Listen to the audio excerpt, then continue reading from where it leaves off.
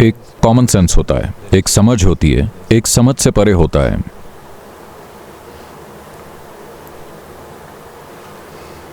Common sense से आपके जीवित रहने की प्रक्रिया संभल जाती है।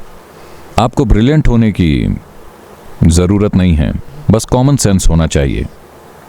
आप अच्छे से जीवित रह सकते हैं। आप काफी स्ट्रीट स्मार्ट बन सकते हैं। असल में अगर कोई बहुत बुद्धिमान व्यक्ति सड़क पर चल रहा है, मान लीजिए एल्बर्ट आइंस्टाइन सड़क पर चल रहे हैं, एक सड़क छाप व्यक्ति उन्हें आसानी से धोखा दे सकता है। एल्बर्ट आइंस्टाइन के पास उस व्यक्ति की तरह चालाक स्वभाव नहीं है जो हर दिन सड़कों पर चल रहा है। बहुत आसानी से आप उन्हें धोखा दे सकते हैं। उनके पास किसी और चीज के लिए बहुत ज्ञान हो सकता है, क्योंकि सड़क वाले लड़कों के पास ज्यादा कॉमन सेंस होता है। कॉमन सेंस एक खास जगह तक ही सीमित होता है। उस जगह में यह काम करता है, किसी दूसरी जगह आपका कॉमन सेंस काम नहीं करता। आपने ISRO के बारे में सुना है? उन्होंने मंगल पर एक यान भेजा है जिसकी लागत नासा की सामान्य लागत का केवल 10% है। क्योंकि यह सब स्वदेशी है, उन्होंने इसे अपने तरीके से बनाया है। तो वो इंटरव्यू ले रहे थे लोगों का ISRO में जॉब के लिए। शंकरन पिल्लाई ने भी अप्लाई किया। वो बहुत स्मार्ट आदमी है, उनके पास बहुत कॉमन सेंस है। तो इंटरव्यू लेने वाले ने पूछा, क्या ज्यादा नजदीक है, चांद या मुंबई? वो बैंगलोर में थे। शंकरन पिल्ले ने आकाश की ओर देखा और कहा, चांद। उन्होंने कहा, क्या? तुम्हें कैसे पता?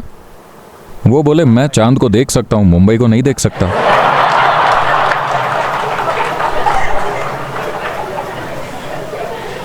तो इस तरह की समझ कुछ चीजों में अच्छा काम करती है, लेकिन अगर आप परे जाना चाहते हैं तो आपको एक अलग तरह की समझ चाहिए। इस तरह की समझ जिंदा रहने के मोड के लिए अच्छी है। जब आप सड़क पर जीवित रहने के मोड में होते हैं तो इस तरह की समझ बढ़िया काम करती है। अगर इसी समझ को हम हर जगह लागू करने की कोशिश करें तो हम एक बड़ा झमेला बन जाएंगे। तो अपनी समझ से परे जाकर जानना, इसकी जरूरत क्यों है?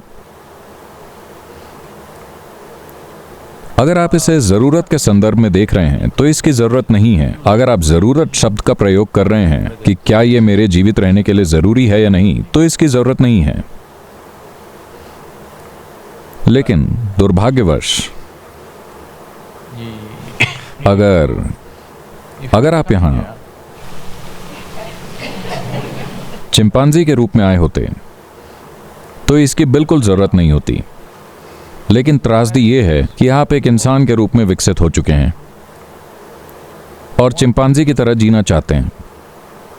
यह काम नहीं करेगा। यही पूरी समस्या है। मानव बुद्धि और जागरूकता उस स्थान पर आ चुकी है जहां ये बस जीवित रहने के दायरे तक सीमित नहीं रह सकती।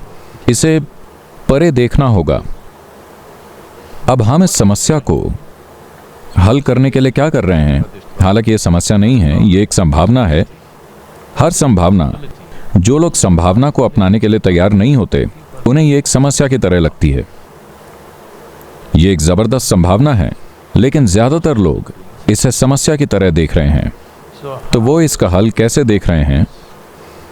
जीवित रहने के मापदंड को ऊंचा उठाकर इसे लगातार बढ़ाते रहो।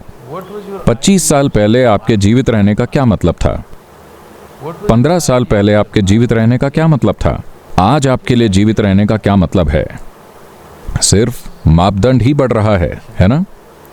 जब आपके पास कुछ नहीं था तो दिन में 2 बार भोजन ही जीवन यापन था। अगर आप उन स्थितियों को जानते हो, उन्हें जानना अच्छा है। लेकिन अब शायद जीवित रहने का मतलब मर्सिडीज है। समाज के अलग अलग वर्गों में जीवन यापन को उस स्तर तक बढ़ा दिया गया है जहां अरबपति भी अपने समुदाय के बीच जीवित रहने के लिए संघर्ष कर रहे हैं। Yes. हाँ, मुझे ये अवसर मिला है अरबपतियों को करीब से देखने का, लेकिन वो अब भी भिखारी हैं। हर दिन उनकी बुद्धि, उनकी मानसिकता एक भिखारी की तरह है जो सड़क पर बैठा है और सोचता है, ठीक है, आज क्या होगा, मैं कैसे और सिक्के जमा कर पाऊंगा। ये वही चीज है, सिर्फ संख्याएं बढ़ गई हैं, लेकिन जीवन का अनुभव अभी भी वही है, क्योंकि आपने जीवन यापन का मापदंड ऊंचा कर दिया है। अब आपका पूरा जीवन, इससे फर्क नहीं पड़ता कि आप क्या करते हैं, सिर्फ जीवन यापन में जाता है। सब लोग, मैं आपके लिए यह तय नहीं करूंगा, अपने जीवन में आप इसे तय कीजिए। जीवित रहने के लिए कितना आपको यह तय करना चाहिए। अभी 25 साल बाद नहीं, जब आप वहां पहुंचेंगे नहीं, अभी तय कीजिए, ये मेरे जिंदा रहने के लिए है। अब मैं क्या करना चाहता हूं, मेरा जीवन यापन सुरक्षित हो गया है, अब जीवन में ऐसा क्या है जो मेरे लिए सचमुच मायने रखता है, चाहे वो जो भी हो। अगर आप अपने जीवन को ऐसे नहीं बनाते तो आप हमेशा खोखले डर लड़ते रहेंगे।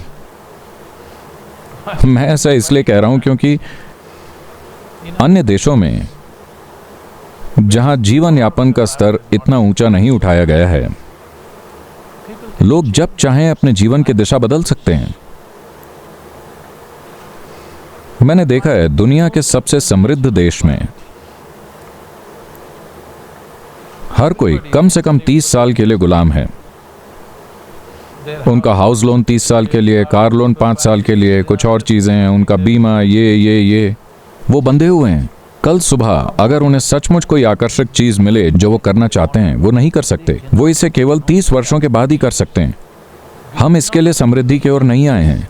समृद्धि का उद्देश्य है कि आप आजाद हैं अपने जीवन की दिशा बदलने के लिए। जो करना चाहते हैं करें। आपको उसी चीज में अटके रहने की जरूरत नहीं है जो 20 की उम्र में सबसे अच्छी लगी थी। 20 की उम्र में आपको लगा ये सबसे अच्छी चीज है, 40 में उस चीज का कोई मतलब नहीं है। अगर अब भी वही चीजें आपके लिए बहुत मायने रखती हैं, मतलब आप फंस गए हैं, आप बढ़ नहीं रहे हैं, है ना। बहुत से लोग 14 में अटके हुए हैं, 20 में भी नहीं।